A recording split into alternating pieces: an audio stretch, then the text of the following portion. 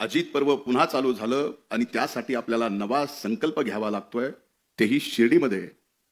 ही एक आगळीवेगळी आपल्यासाठी आनंदाची पण गोष्ट आहे आणि नव्या जबाबदारीची पण ही गोष्ट आहे.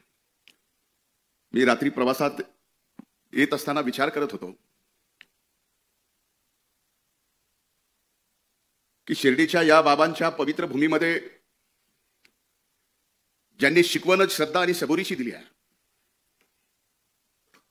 आपल्या पक्षाने सुद्धा 17, 18, 19 तारखेला या बाबांच्या पवित्र भूमीमध्ये श्रद्धा आणि सबुरीची शिकवण देत असताना काही दिवस अगोदर भारतीय जनता पार्टीने सुद्धा त्यांचं राज्याचं अधिवेशन याच साईबाबांच्या पवित्र भूमीत ठेवलं. तिथं सुद्धा बाबांची तीच शिकवण होती, श्रद्धा आणि सबुरी. सांगायचा मुद्दा एवढाच आहे, महायुतीत सत्तेत आपण आहेत. सत्तेतल्या 2 पक्षांनी शिर्डीमध्ये बाबांच्या या पवित्र भूमीत जिथं श्रद्धा आणि सबुरी शिकवली जाते, तिथं सत्तेत आल्यानंतर पक्षावर निश्चिम श्रद्धा ठेवावी लागते आणि पक्षाच्या नेतृत्वात विश्वास ठेवून सबुरीची शिकवण सुद्धा अंगी घ्यावी लागते. कदाचित हेच कारण असू शकतं म्हणून या शिर्डीच्या बाबांच्या दरबारात आज राष्ट्रवादी काँग्रेस पार्टीचं अजित पर्व एक नवसंकल्प आपल्याला हाती घेण्यासाठी या शिबिरात बोलवलेला. खरं तर मी अनेकदा दादांच्या बाबतीमध्ये, पक्षाच्या विचारांच्या बाबतीमध्ये मी बोलत आलेलो आहे. माझ्यापेक्षा अनेक मान्यवर राष्ट्रवादी काँग्रेस पक्षामध्ये मी या पक्षात यायच्या अगोदरपासून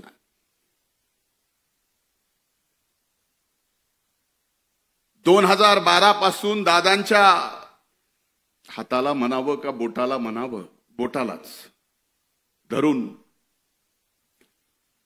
राष्ट्रवादी काँग्रेस पार्टीच्या दादांच्या पाठीमागे निघाल. त्यावेळेस भारतीय जनता पार्टीचा मी विधान परिषदेचा आमदार होतो.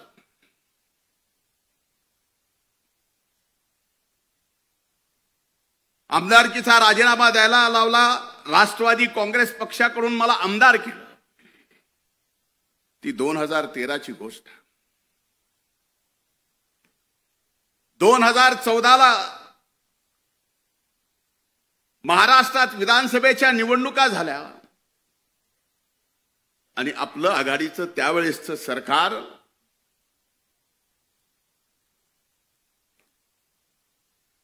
फार फरकाने पडलं आणि त्यावेळेसच्या भारतीय जनता पार्टीच्या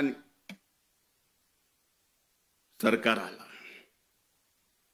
मला माहित नाही माझ्या त्यावेळेस,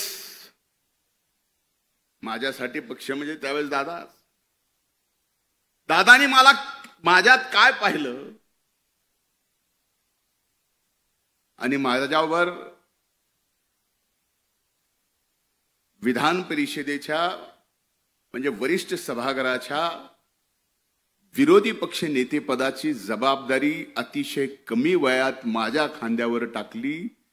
दादा म्हणूनच हा धनंजय मुंडे अजित पर्वच्या नवसंकल्पाच्या या शिबिरात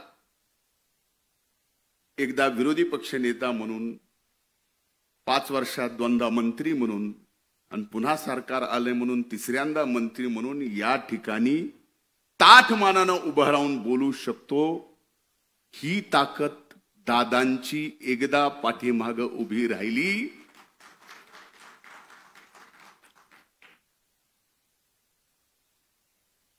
आता सूरज बोलत बोलत म्हणला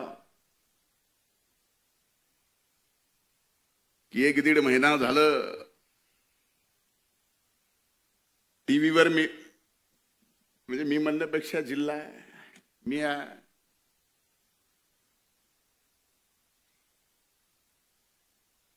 सूरज नाम है इसीलिए तो बदनामी पीछे है। नाम ही नहीं होता तो बदनामी थोडी होती। पण एक निश्चित सांगतो, आदरणीय तटकरे साहेब साक्षीदार आहेत। वारंवार मला त्यांनी शिकवून, एखाद्याला मोल्ड करतो ना तसं करायचा प्रयत्न त्यांनी केला। 2014ला विरोधी पक्ष नेते पदाची जबाबदारी घेतल्यानंतर 2019 पर्यंत तटकरे साहेबांना आठवत असेल, तुम्ही अध्यक्ष होतात, मी विरोधी पक्ष नेता होतो, दादा आपले नेते होते। 1 नाही 2 नाही 3 नाही तर 4 वेळेस तशा पडत्या काळात पक्षाच्या हल्लाबोल यात्रेपासून, परिवर्तन यात्रेपासून, शिवस्वराज्य यात्रेपासून 4 यात्रा सत्ता नसताना महाराष्ट्रातल्या सामान्य माणसाचे प्रश्न आणि त्या प्रश्नावर आवाज उठून आपण 19च्या निवडणुकीला लढलोत। भलेही तेवढं मोठं यश आलं नाही, पण 14 पेक्षा चांगले आमदार या ठिकाणी निवडून आले, हे मात्र निश्चित राष्ट्रवादी काँग्रेस पक्षाच्या त्या काळातील कष्ट घेणाऱ्या प्रत्येक सहकार्याचा, हे मान्य करायला पाहिजे। आता 19 नंतरचा पुढचा काळ तसा सांगणं कितपत योग्य आहे, पण सांगितला गेला पाहिजे। का सांगितला गेला पाहिजे? अगदी पहाटेच्या शपथविधीच्या बाबतीत, त्याला पहाट म्हणत नाहीत असं दादा नेहमी म्हणतात,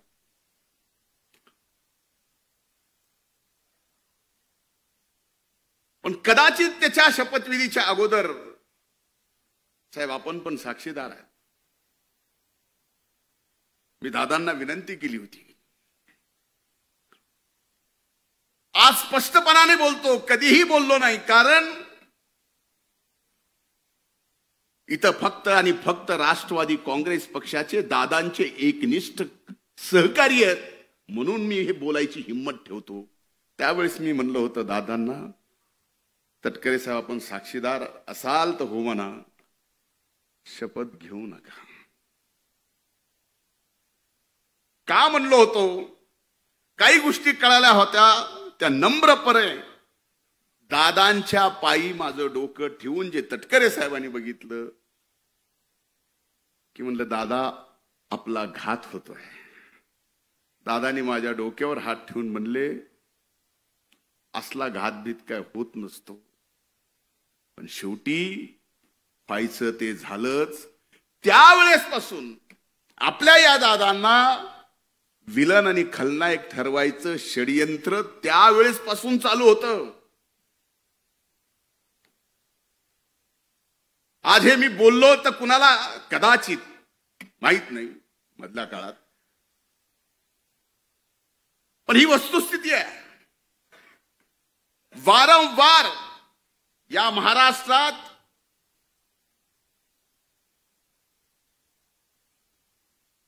आदरणीय पवार साहेबांच्या नंतर महाराष्ट्रात राष्ट्रवादी काँग्रेस पक्ष प्रामाणिकपणाने पुढे आणण्यासाठी, आणि तो पक्ष पुढे आणण्यासाठी नाही तर ती ताकद म्हणून, आणि ती ताकद महाराष्ट्रात सत्तेत म्हणून आणायचा प्रयत्न जर इमानदारीनं कुणी केला असेल तर आदरणीय दादांनी केला, हे नम्रपणानं मला या ठिकाणी आपल्या सर्वांच्या समोर सांगावंसं वाटतं।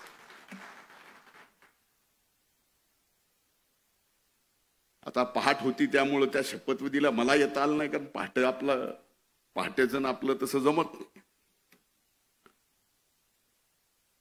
पण घेणं एक ना घेणं दोन, शिक्षा मात्र मला झाली, ही मान्य करता का नाही? माग कुणी जरी हो म्हणत नसलं तर महादेव शेखर भाऊ हो म्हणतायत।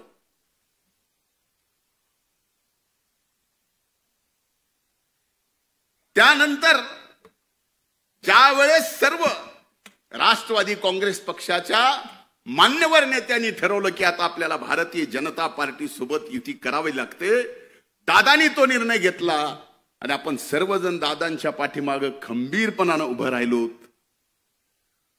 आणि आज खऱ्या अर्थानं अनेक वर्षापासून असा विश्वास एकट्या दादावर असता तर एकट्या राष्ट्रवादी काँग्रेस पक्षाने या महाराष्ट्रात सत्ता दादांच्या नेतृत्वाखाली आणली असती. पण वारंवार दादाच्या चांगल्या कामाला खलनायक ठरवायचं काम करण्यात आलं, त्याचमुळे हे घडलं नाही. लोकसभेची निवडणूक झाली. लोकसभेच्या निवडणुकीत दारुण पराभव झाला. मला अनेक जण त्या राष्ट्रवादी पक्षाचे जुने जाणते नेते येऊन म्हणतात, तू कशाला रे लोकसभेला वहिनीच्या प्रचाराला आला, त्याच्यामुळं तुला आता बघ विधानसभेत काय होते, जे व्हायचंय ते होईल. मला पक्षाने सांगितलं जा तिथं सभा घे, सभा घेतल्यानंतर त्याचा परिणाम माझ्यावर काय होईल याचा विचार करणारा एवढ्या हलक्या काळजाचा मी राष्ट्रवादीचा आणि दादाचा कार्यकर्ता नाही.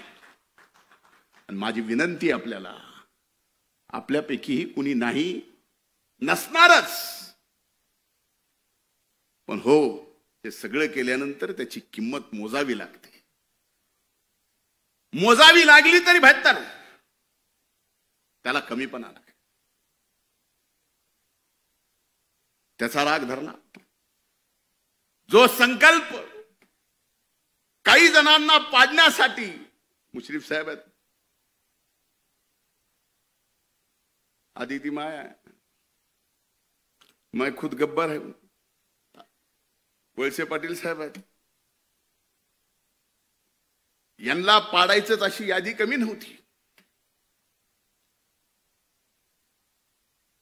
पण पडलं कोणीच नाही. तुम्ही लाखभर मतांना आलात, मी जरा जास्त मतांना आलो म्हणून मला भोगावं लागायला की काय असं मला वाटायला लागले.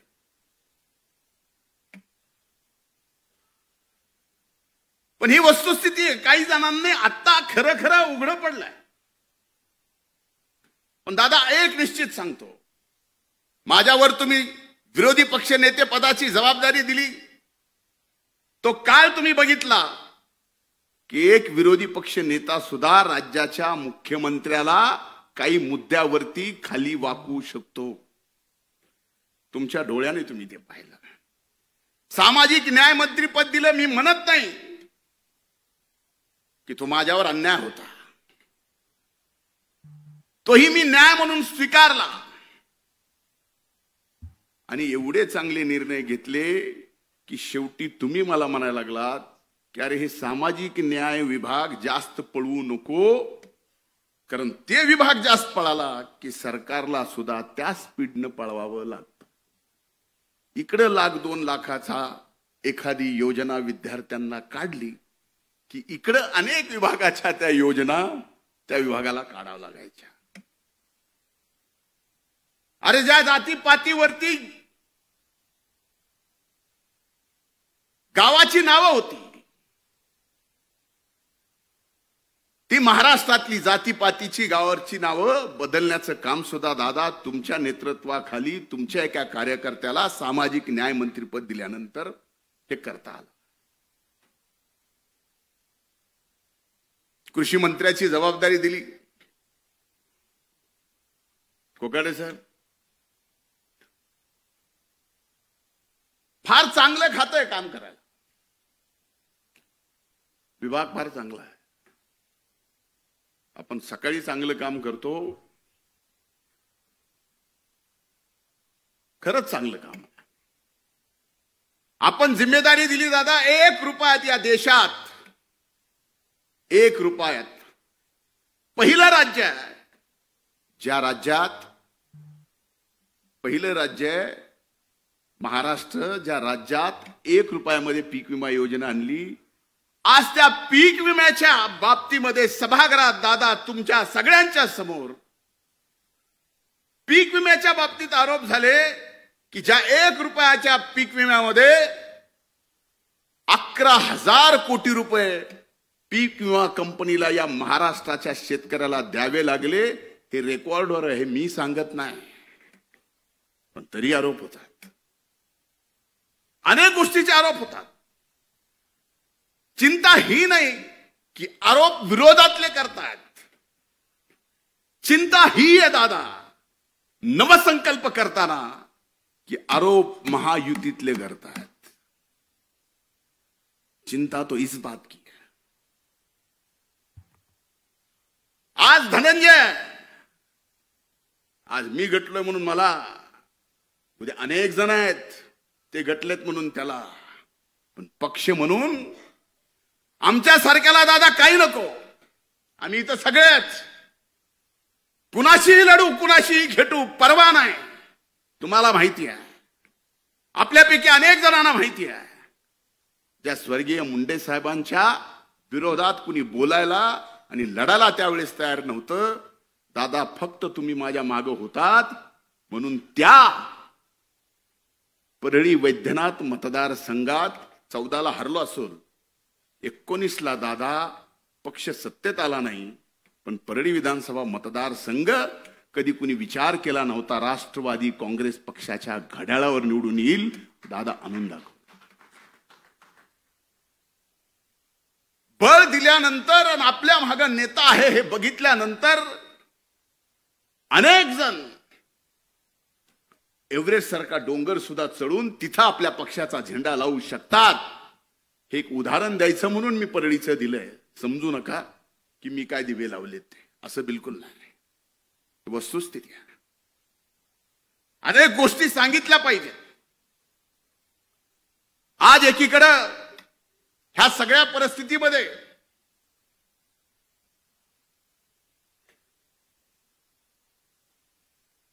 दादानी ऐकावं म्हणून मी थांबलोय. एक नक्की आहे, शिर्डीच्या साईबाबांच्या साक्षीने सांगतो की आमच्या बीड जिल्ह्याच्या पालकमंत्री पदाची जबाबदारी आदरणीय दादांनी या ठिकाणी घेतली. अतिशय आनंदाने मी या ठिकाणी सांगतो, तो आनंद या ठिकाणी व्यक्त करतो आणि जिल्ह्यात दादा आपलं स्वागत आहे करतो. यात मीही विनंती केली होती की सद्य परिस्थितीमध्ये अशा जबाबदारीत आपण नसू नये. पण एक गोष्ट मात्र लक्षात घेतली पाहिजे. आज अजित पर्व आहे, आज आपण सत्तेत आहोत, आज आपल्याला नवीन संकल्प घ्यायचा आहे. पण हा नवीन संकल्प घेत असताना राष्ट्रवादी काँग्रेस पक्षाला पहिल्यांदा कार्यकर्ता भिमुख व्हावं लागेल. कार्यकर्ता भिमुख झाल्यानंतर पक्ष संघटन एवढं मोठं होईल, एवढं मोठं होईल की कसल्याही वाऱ्या आणि वादळामध्ये ते पक्ष संघटन कधीच ढळणार नाही, हलणार नाही. हे मात्र एक कार्यकर्ता म्हणून निश्चित मी आपल्याला सांगतो. पण मधल्या काळातल्या काही अनुभवात मी सांगतो, खरंच आपल्या पक्षामध्ये पक्षाची जबाबदारी घेऊन काम करणारा प्रामाणिकपणाने अनेक वर्षापासून त्यालाच विचारून सगळ्या गोष्टी होत्या. काही अनुभव तर असे सांगतो की आपल्या पक्षाच्या प्रमुख कार्यकर्ता असेल, नेता असेल, त्याची जर काटाला लावायची आहे, त्याची जर नीटनीटकी करायची आहे, तर त्याला इतर पक्षाच्याही गरज नाही. आपल्या पक्षाचेही भरपूर बस झाले, फक्त कानाला लागायचं काम.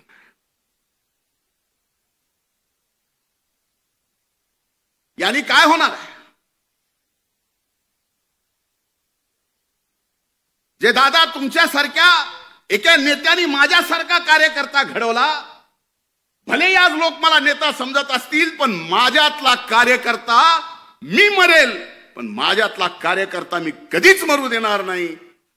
त्यावेळेसच नेता जिवंत असतो. त्याच्यातला कार्यकर्ता मेला त्यावेळेस नेता संपला, पक्ष संपला.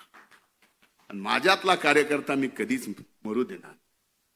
आज अनेक जण लोकसभेच्या प्रचाराचा मी विषय बोलत नाही, पण विधानसभेच्या प्रचारात मला सगळीकडून घेरला असताना मला अभिमन्यू करायचा प्रयत्न केला होता. पण विधानसभेच्या अगोदरच मी सांगितलं होतं की मी अभिमन्यू नाही, मी धनंजय आहे.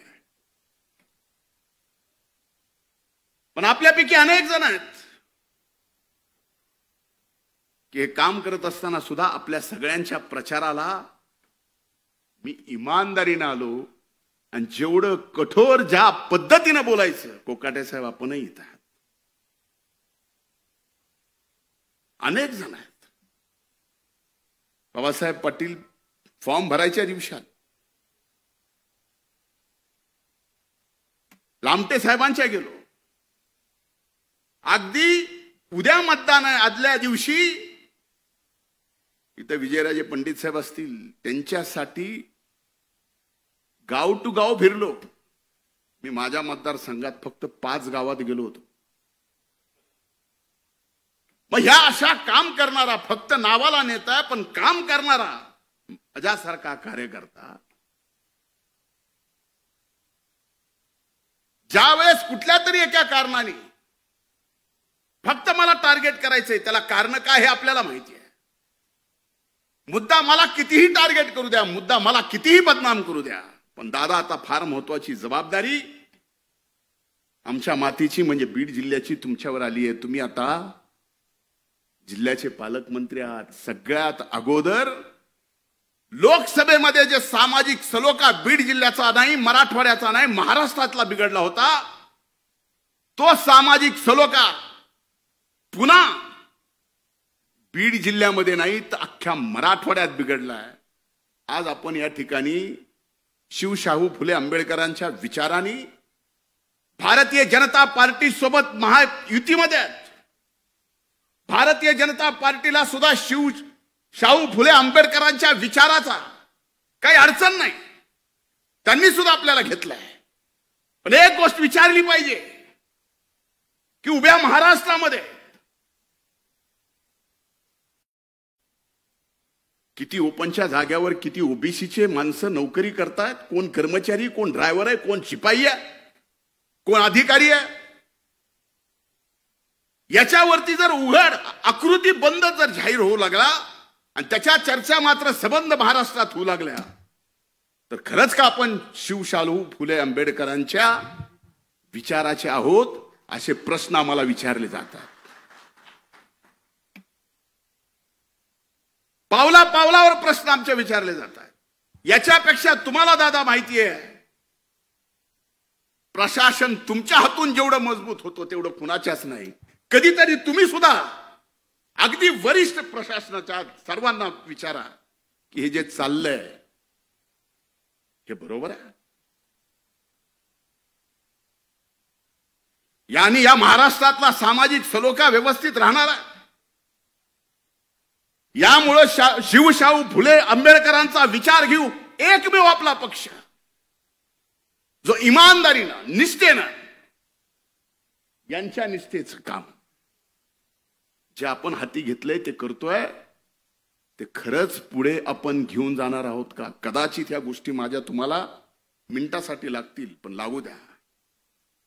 मैं आईना हूं, आईना दिखाऊंगा जो. पण ही वस्तुस्थिती आहे. कसं तरी लोकसभेच्या निवडणुकीनंतर सामाजिक सलोखा या महाराष्ट्रात विधानसभेच्या निवडणुकीनंतर बदलला, पण पुन्हा कुठलं तरी कारण काढायचं. हो, बीड जिल्ह्यामध्ये मस्साजोगचे आमचे सरपंच संतोष देशमुख यांची निर्गुण हत्या झाली. ज्यांनी गेली ती गुन्हेगार, कुणीही समर्थन करू शकत नाही. आणि ज्यांनी केले असेल त्यांना फासावर लटकवलंच पाहिजे. आज प्रत्येक जाती धर्मात 5-10% गुन्हेगार आहेतच. कुणी उठून सांगावं की हो माझी अशी जात आहे, हो असा माझा धर्म आहे, एकही गुन्हेगार सापडणार नाही. सांगावं.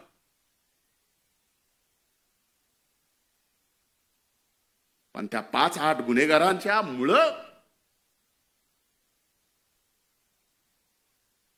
उभ्या महाराष्ट्रामध्ये जर मीडिया ट्रायल होत असेल एका जातीचे, ओबीसीचं, तर लोक आता एवढे राहिले नाही.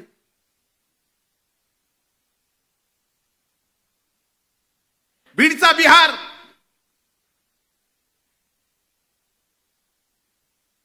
परळीत तालिबान.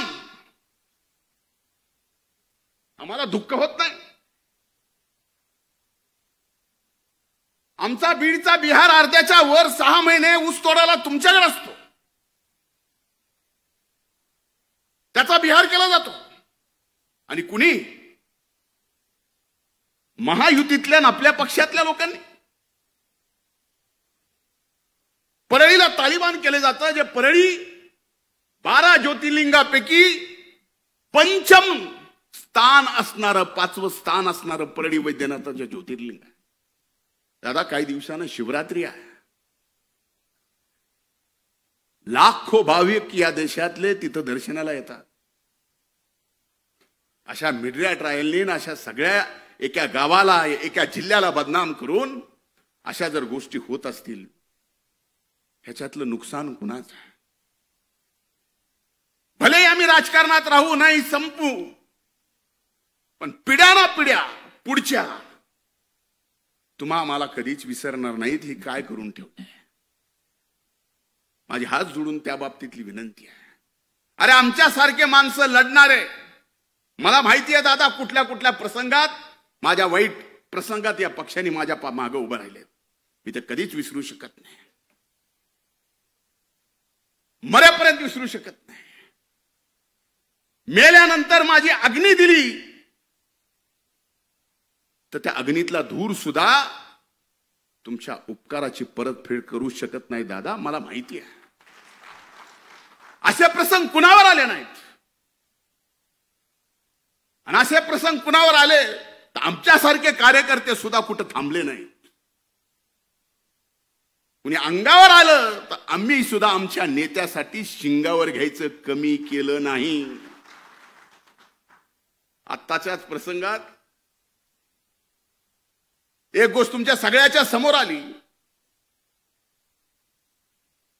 की मी मुंबऱ्याला नजीब मुल्लाच्या प्रचाराला का आलो,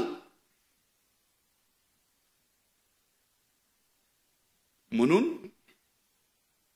ते सगळं चाललंय. ह्या सगळ्या गोष्टीचा विचार होणं आवश्यक आहे. आमच्या सारख्यानं एक लहान मतदारसंघ ज्यावेळेस पक्षासाठी बांधलाय, लहान, ज्या गावामध्ये दादा तुमच्या हाताला हात धरून तुमच्या सोबत आलो, त्यावेळेस त्या गावात आम्ही ज्यावेळेस दगड खाल्ले, 5 वर्ष लागू दिले नाहीत, तुमचा फोटो लावून त्या गावात ग्रामपंचायत राष्ट्रवादी काँग्रेस पक्षाची आणली.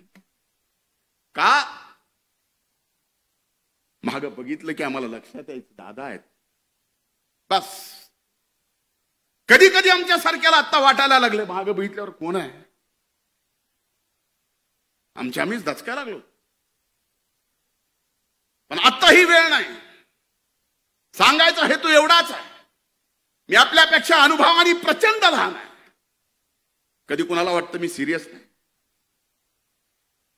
चुका काढायच्याच ठरल्या, टीकाकार व्हायचंच ठरलं तर माझ्यासारखं टीकाकार कुणीच होऊ शकत नाही. प्रत्येकाच्या अंगी आहे, माझ्या असू शकतात. पण आज जर दादांच्या अथक परिश्रमातून, आपल्या सर्व मान्यवराच्या अथक परिश्रमातून पुन्हा महायुतीत आपण सत्तेत आलो असोल आणि आपल्याला जर नवसंकल्प हाती घ्यायचा असेल तर कार्यकर्त्याला ताकद देताना त्या कार्यकर्त्यावर तेवढाच विश्वास सुद्धा ठेवला पाहिजे जेवढा विश्वास आमच्या नेत्यावर. अविश्वासाने मजबूत संघटन उभं राहू शकत नाही, राहू शकत.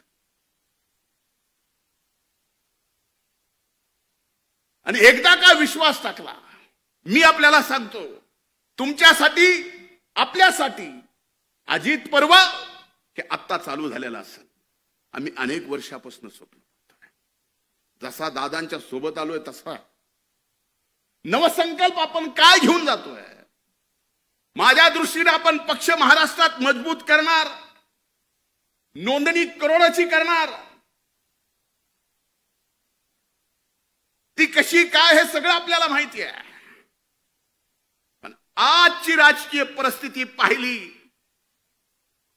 आणि येणाऱ्या 5 वर्षानंतर आपण जर येणाऱ्या 5 वर्षाच्या राजकीय परिस्थितीचा आजपासून अंदाज बांधायला लागलो तर हो, नक्कीच या महाराष्ट्रात दादांच्या नेतृत्वाखाली हा राष्ट्रवादी काँग्रेस पक्ष 1 नंबरचा पक्ष होऊ शकतो.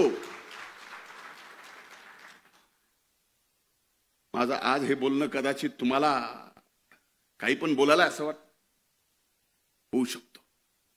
आणि त्याची पहिली परीक्षा काय, आता आदरणीय मुश्रीफ साहेबांनी सांगितलं, पावसाळ्याच्या आत महानगरपालिका, नगरपालिका, पंचायत समिती, जिल्हा परिषदेच्या निवडणुका आहेत.